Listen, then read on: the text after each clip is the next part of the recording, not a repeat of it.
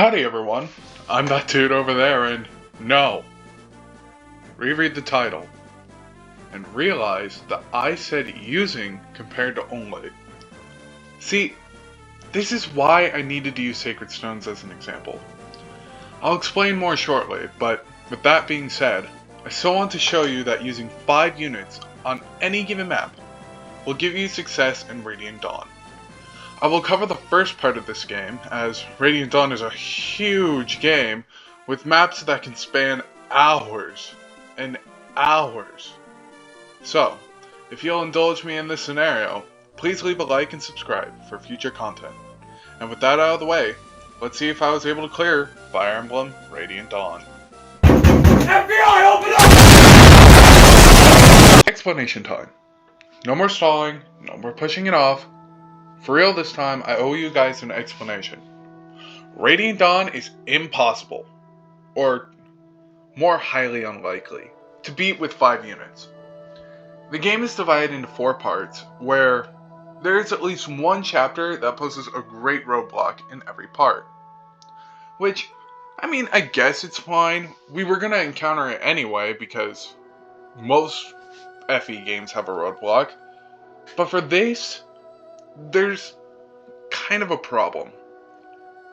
Each part exchanges the army, including the commander, and if I were to only use those that were required to beat the chapters, I would already lose all 5 of my units. See, similar to the Blazing Sword, we have 3 different main lords. We have Micaiah, who leads the Dawn Brigade, Alencia, who leads the Crimean forces, and Ike, who leads the Grail Mercenaries. Over the course of the first 3 parts, they each take a helm as the commander. And unlike the Blazing Sword, these commanders don't interact. So that means for part 1, we have Micaiah. For part 2, we have Alencia, and part 3, we have Ike. And then, in part 2, which equally is fun, there are 2 chapters where Alencia isn't even involved, and with units that don't really repeat. So now I have to give up 1 slot for each of them. See the problem here? So, for 1 chapter, in part 2, you would have to choose between Nephany and Braum. Can't really choose Heather, as she's a recruit. And for the other chapter, you have to pick Jeffrey. No ifs, ands, or buts about it. He's the only one that can seize. So our 5 units, again, would be Micaiah, Ike, Alencia, Nephany or Braum, and Jeffrey. Now let's go back to this statement. Alright, the roadblocks. That's nothing compared to 5 great units. Well, you're right. However, we do not get 5 units. At most, we'll be given 3 units. Oh, but if you thought this was all, well, you'd be surely mistaken. Because we're going to take a greater look into these roadblocks, just to be, certain that these can't be beaten with like 1 or 2 units, right? Alrighty then, let's take a look here. We'll go backwards just to see how far we could have made it if we had these 5 or less units. Alright, Part 3, Chapter 12. For this chapter, using the Dawn Brigade, we must hold the line of defense against the united allied force, as they charge Castle Nox. Our usable units? Only Micaiah. And the line of defense that we need to protect is way too wide for only her to guard on her own, even with the Dane army on her side. Sure, Micaiah gets access to Purge and the Sleep Staff, but with their so limited uses, it's hard to see her win against the army of Laguz. I haven't made it this point with only Micaiah, so I guess it's theoretically possible. Just incredibly hard. But, maybe I'm wrong, alright? Part 3, Chapter 5. Here, we control the Grail Mercenaries and defend a single point for 10 turns. Our available units consist of, Ike and Nephany or Braum. Another defend chapter, but the biggest problem comes from Ike and Nephany, or Braum, with their poor resistance stats. We're going up against not only Cavaliers, but Mages, and they both have Havillands, or, well, I mean, Magic Tomes already hit 1-2 range.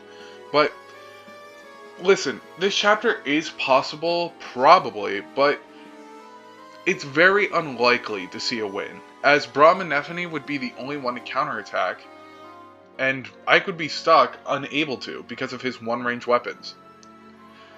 But, you know, maybe they could be saved thanks to 1-2 range RNG Goddess Bless or whatever bullshit you want to talk about. Part 3, Chapter 3. Here, we control the ground mercenaries as they burn supplies of the enemy while trying to escape. Our units are Ike, and again, Braum or Nephany, and they must clear this chapter in 13 turns. Another one where it's just like, this is theoretically possible, but it would need to be heavily optimized. Every turn would have to be perfect, and 2 allies would have to progress the goal with all the turns we have available. And considering there's a lot of supplies that needs to be burned, along with terrain we need to pass by, along with, like, all the enemies that are swarming us, I'm gonna give it the benefit of the doubt and say it's probably possible. Part 3, Chapter 1. Here, we control the Grail mercenaries as they rout the enemy before too much time passes. We only get Ike, and we have to complete the map objective before 12 turns, otherwise we die. On top of that, we get 2 allied units, in the form of Leith and Lyre.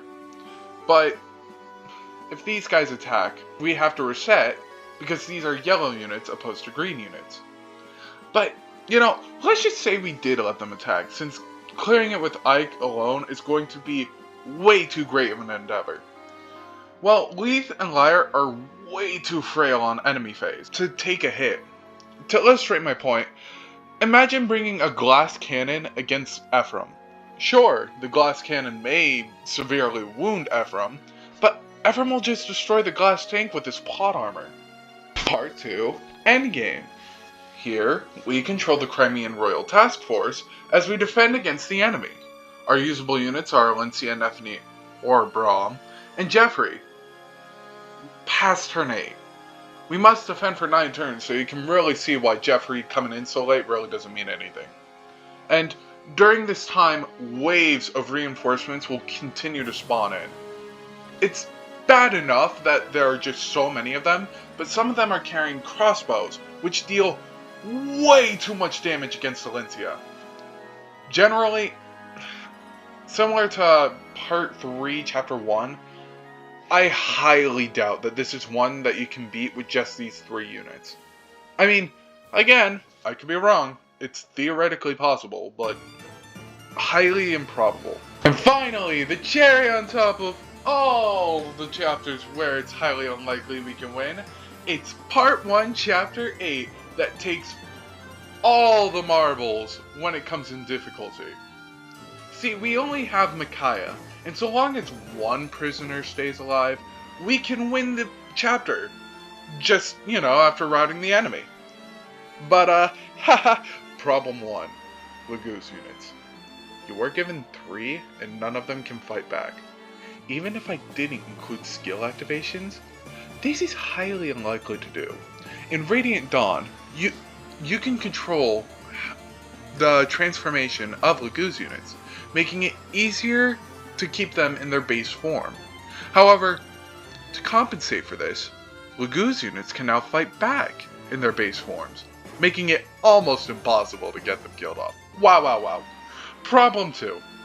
Weapons. Let's say theoretically, I got past problem 1, just for long enough to deal with the enemies that are going up against Micaiah. Well, by this point, Micaiah will probably have about 8 defense, which would be generally lower if you didn't use the Draco shield that Leonardo gives you in the prologue. This is still not good enough, considering the enemy will have an average attack of 18. Micaiah doesn't have great defense or HP, and When stocked against enemies who are consistently physical fighters, there's a high chance that Micaiah will not pass. But even if we ignore that, the enemies have 2 ranged weapons, which means we'll need at least 8 bulky Dawn Brigade units to successfully defend against the enemy. And considering this is the Dawn Brigade we're talking about, that is very, very unlikely. Oh, but, you know, I can't forget about the last problem. It's really not that big, but it's the terrain. To get through to the prisoners, in this chapter specifically, you need to get past mud. And mud is very annoying. Unless you're a flyer, which you don't get access to in this map, your expected move is 1. And they are about, like, you know, they're not that far. They're like 6 tiles away. And, oh, I don't know. This wouldn't be a problem, except enemies bring out Draco Knights, who hit like a car and fly over the mud. If these 3 issues combined with Micaiah's horrendous army, that make me believe that this chapter guarantees the end of the run with only 5 units. So with this game, I decided to make a rule change, so that way we can at least make some progress, alright? So each army is given a total of 5 units. That I must predetermine before the run begins. Those 5 units among the armies are the only units that are allowed to be used for the run. But no matter what happens, I can only deploy 5 usable units for the battle. This way, I don't abuse my logic and have more than 5 units being deployed in later parts. You got all that? Good. Now we can finally start with our units. Why do I have a feeling this is going to be the longest of these videos? Oh well. Our commander, like I said, is Micaiah. The other units that assist her on our journey are Soth, Edward, Leonardo, and Jill. Because of how supports work in Radiant Dawn, we don't need to worry about them too much when deciding our units. What really matters in this case is utility. Soth is our thief, who will steal the goods and protect Micaiah from oncomers with his guard skill. Oh, and his automatic A support. Despite his archetype, he is also a required unit. And thanks to transfer bonuses that we get from playing Path of Radiance, he has nearly capped stats before we start the game. Jill gets access to lances and axes. Oh, and she's a Draco Knight. Draco Knights are incredibly sturdy fighters who can cover a large range thanks to their flying utility. And you know, Edward and Leonardo are also here. And, yeah, I think that's it. Now we can finally begin the game. Shall we? Prologue. Similar to Ike, Micaiah isn't really a lord, and has to rely on the team behind her instead of retainers. That's because Micaiah's a mage. I don't think I need to explain why this is a problem. Micaiah isn't that great, considering that she'll need to be in the background 90% of the time to keep herself from dying. Luckily, we got Eduardo Squidwardo and Leonardo Squidwardo to keep Micaiah alive. They are higher level than Micaiah, but that won't matter much because Micaiah will be able to keep up with her sacrifice skill. See, Micaiah is an early game healer. Her form of healing, however, takes it out of her HP. But considering she's staying in the shadows anyways, this isn't really that much of a problem. Chapter 1. After reconvening with the rest of the Dawn Brigade, we team up with Nolan to escape the Benyon soldiers who want to quell the rising rumor of the silver-haired maiden. See, part 1 takes place in Dane, and considering where Dane was the last time we were here, by attacking and killing Ashnard at 2 range.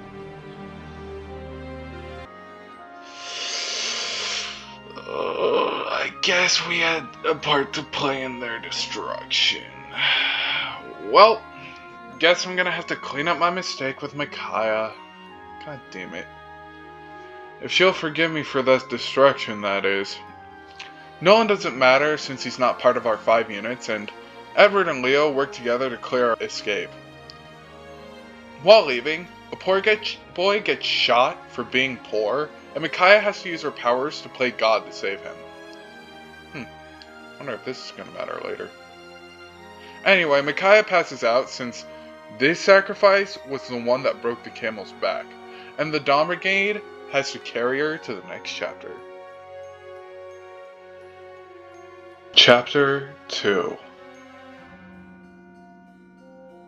A religious woman named Laura begs for the Dawn Brigade's help, and because Micaiah wants to help, she twists my arm into helping because I helped cause Dane's fall. Really? Are you just gonna keep fucking doing this to me? Leo and Eddie carry us into the early turns, but look out because Buff Soth enters and is ready to slay Queen. Somebody kill me. Soth is this game's Yagan, but unlike Yagan, Soth is mandatory throughout the entire game. So rather than try to ignore him, I think we should, embrace him.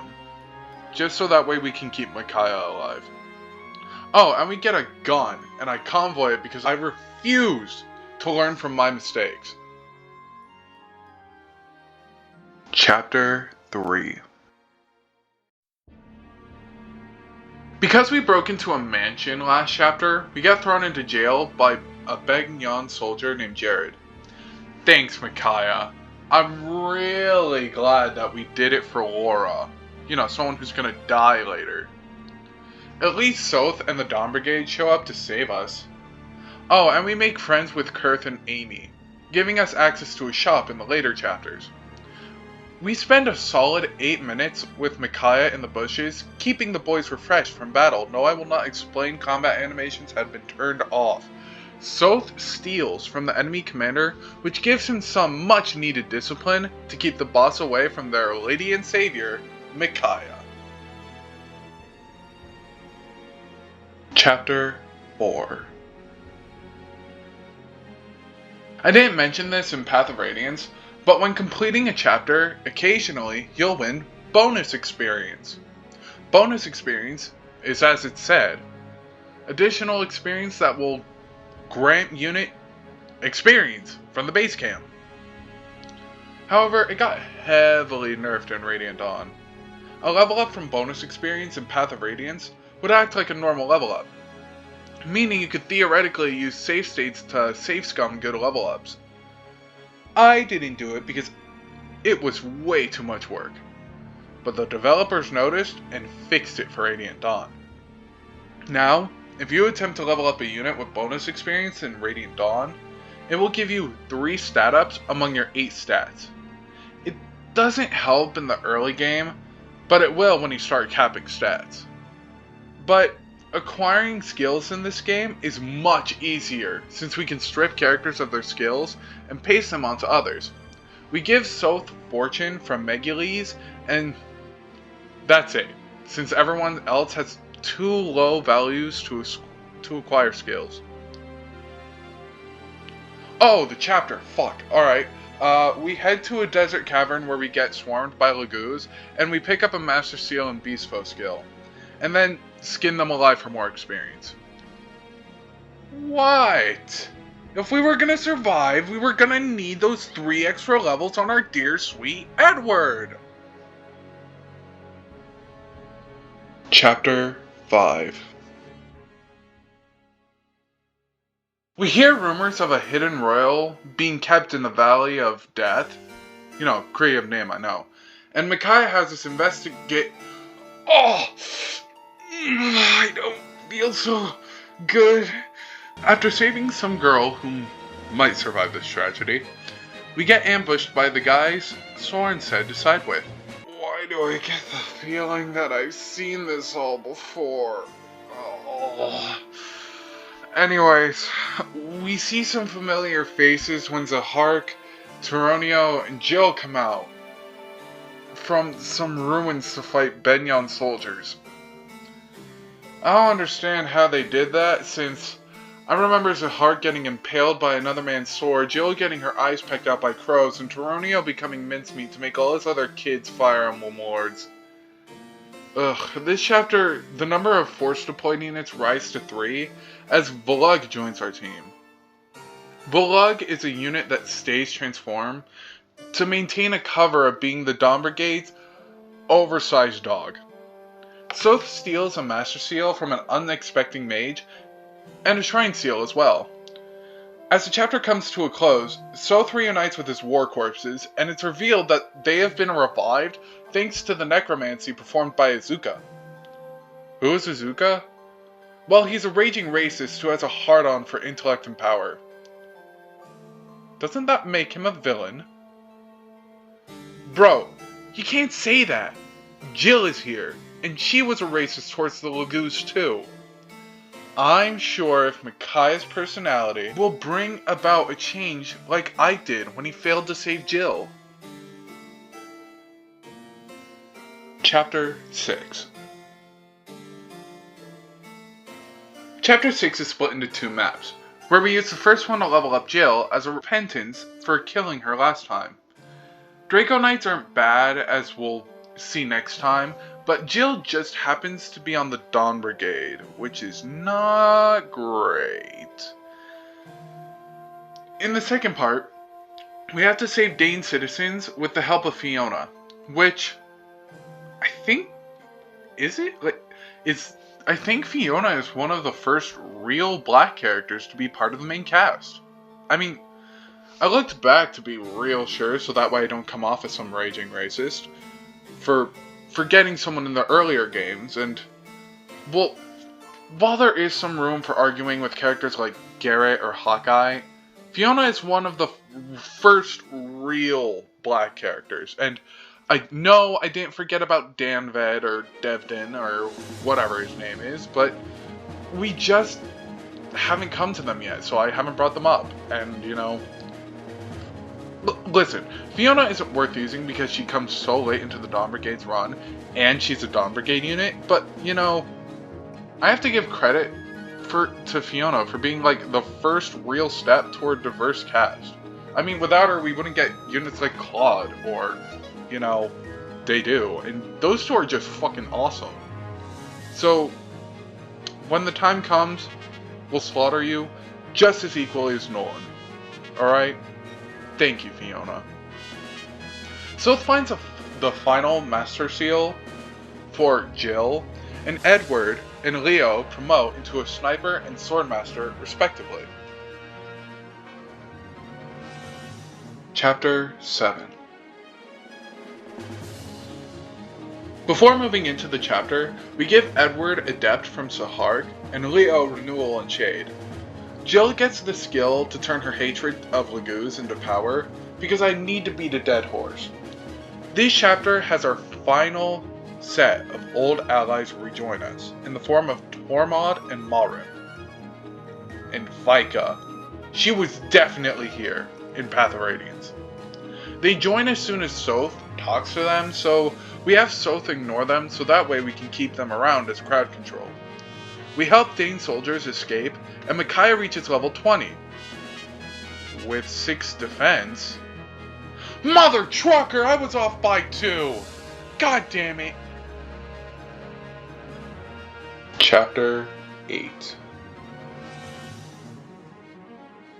Izuka gets mad because his ideas keep getting shot down by Micaiah, who tells him that her psychic abilities, and the ability to watch the news, are greater than his shitty plans.